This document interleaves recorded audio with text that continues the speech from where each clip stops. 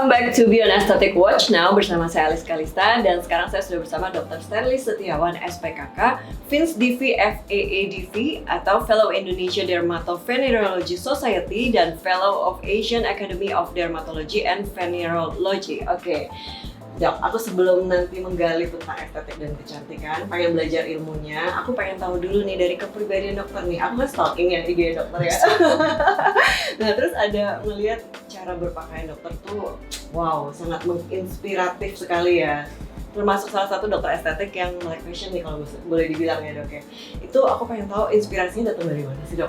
Oke, sebenarnya sih saya nggak terlalu spesifik kepada siapa yang menjadi inspirasi atau terhadap apa yang menjadi inspirasi.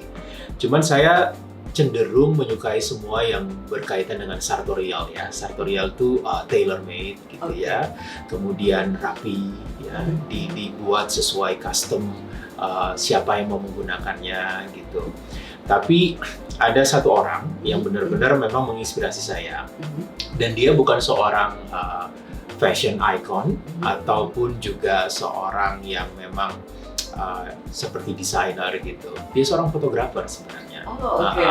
Dan dia cukup terkenal ya. Kalau boleh saya tunjukin.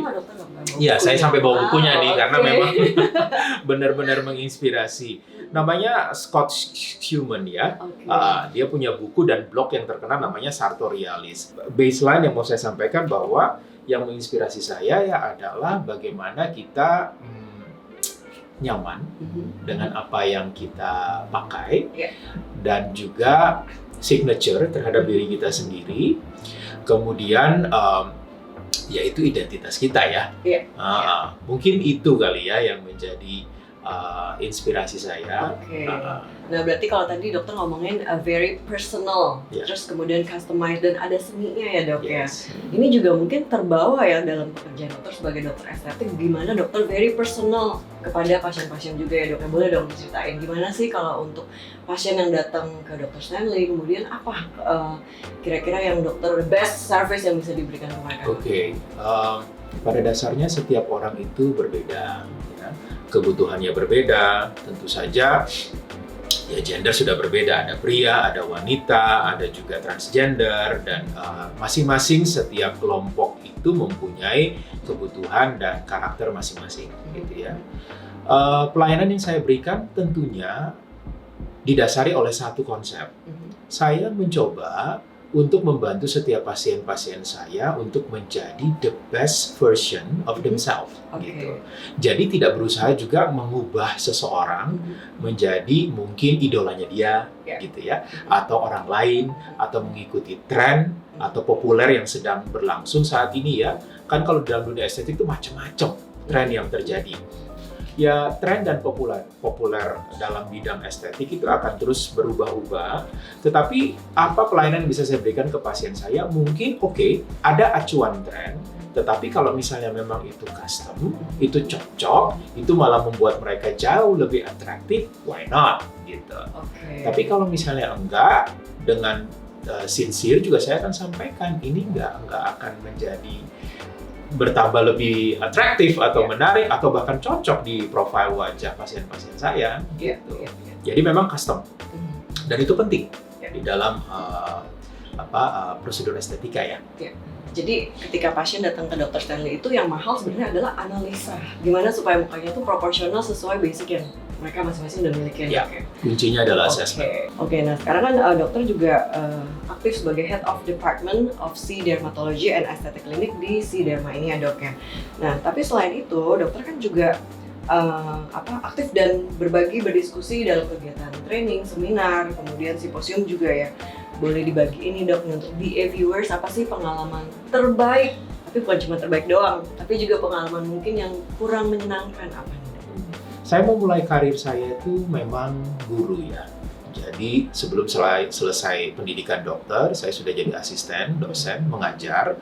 Kemudian setelah saya selesai dokter, saya tetap berkarir sebagai seorang pengajar. Jadi udah passion lah buat saya untuk berbagi ilmu. Yang pengalaman yang menggembirakan buat saya adalah begitu saya selesai mengajar, orang yang saya ajar itu mengerti. Iya. Secara knowledge, secara skill atau praktisnya bagaimana, kemudian secara mengaplikasikannya.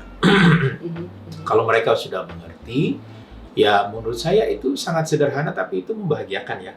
Ada kepuasan tersendiri Yes. ya, ketika bisa membantu mengangkat Betul. juga ilmu-ilmu ini di para dokter-dokter Betul. muda terutama ya, Dok. Betul. Ya?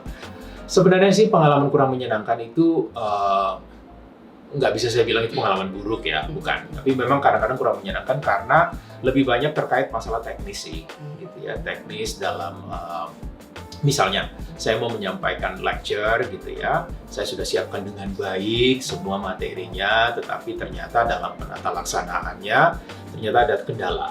Ada trouble di teknis misalnya alat yang kita pakai gitu ya, dan video nggak bisa keputar gitu. Oke. Sementara banyak materi-materi yang saya ajarkan itu memang butuh banyak video yang harus disampaikan gitu. Nah kadang-kadang tuh buat saya begitu itu nggak bisa jalan, wah itu saya benar-benar yang merasa Nggak bisa all out. nggak bisa semuanya saya sampaikan gitu. Padahal itu benar-benar crucial dan itu esensial banget untuk orang bisa mengerti. Nggak cuma sekedar teori, tapi juga mereka melihat Ada gitu. visualnya juga ya, Dok, Betul. ya? Oke. Nah sekarang gimana sih pandangan dokter 5 tahun ke depan Indonesia ini di bidang industri estetik medis dan kecantikan itu akan seperti apa kira-kira, Dok? Industri medis dan kecantikan 5 tahun ke depan. Menurut saya Indonesia sudah bisa going global. Oke. Jadi satu konsep ya yang memang berlaku untuk semua aspek, termasuk di dalam industri kosmetik maupun estetik ya di negara kita adalah kita bisa jadi tuan rumah di negeri sendiri, gitu ya, di tengah serangan berbagai macam industri yang berasal dari luar yang mencoba merebut pasar Indonesia. Pasar kita kan banyak, luas sekali dan sangat-sangat potensial gitu ya. Jadi kalau 5 tahun ke depan itu sangat-sangat berkembang. Ya, berkembang buat siapa saja. Ya, buat memang mereka yang giat mau berusaha dalam bidang ini ya. Clinic owner, pharmacy, kemudian juga UKM, ya, kemudian juga klinik, itu tuh bisa berkembang ya 5 tahun ke depan dan nggak hanya di negara kita tapi bisa going global. Oke, itu juga salah satu ini ya, Dok, ya, visi misinya dari Beyond Aesthetic juga ingin berkontribusi untuk memajukan industri kecantikan dan estetik medis di Indonesia ya, Dok, ya. Kita bisa go global ya, Dok. Ya, harus bisa. Karena gimana ya, saya rasa bahwa orang Indonesia itu highly talented ya dalam berbagai macam bidang gitu ya. Orangnya juga artistik, orang Indonesia itu, dan idenya tuh ada aja pokoknya. Ada aja dan kadang-kadang out of the box gitu loh. Nah itu kan harus diapresiasi ya. Memang betul membutuhkan berbagai macam kerjasama ya dari berbagai macam instansi untuk mengkonsep satu konsep yang memang bagus untuk memajukan industri kosmetik atau estetik di Indonesia. Kita dalam perjalanan sih menuju ke sana. Kalau saya boleh sampaikan sedikit, nggak hanya secara lokal ya, tetapi juga secara nasional. Industri ini dikembangkan dalam berbagai macam bentuk. Ya, nggak hanya industri pengembangan kayak skincare atau prosedur estetika. Saat ini kalau misalnya kita lihat ya perkembangannya, aesthetic traveling platform itu juga sudah mulai digiatkan gitu. Jadi orang bisa datang ke negara kita sekalian jalan-jalan, tapi juga bisa menikmati layanan estetik medis gitu.